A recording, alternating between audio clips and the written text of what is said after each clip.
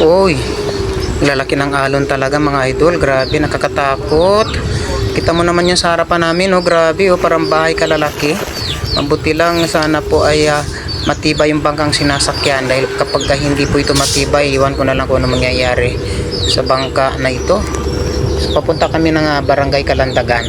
Siguro tatakbo kami ng humigit kumulang mga 5 hanggang 6 na oras bago namin marating ang Barangay Kalandagan, dahil nga sa lalaki ng alon naming sinasagupa sa mga oras na ito. Ayan, nakikita naman natin, di ba? Kitang-kita naman natin pumapasok na halos yung tubig sa loob ng bangka.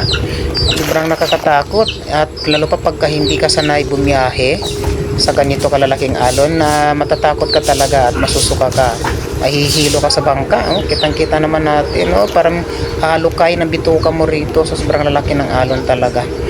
Pero awan ng Diyos, nakarating po kami sa aming pinuntahan ng matiwasay at hindi po kami napahamak. Ayan, ginabayan po kami ng ating pong may kapal, kaya kami nakarating na maayos. Kung mapapansin natin dyan, diba, grabe kalalaki ng alon talaga yan.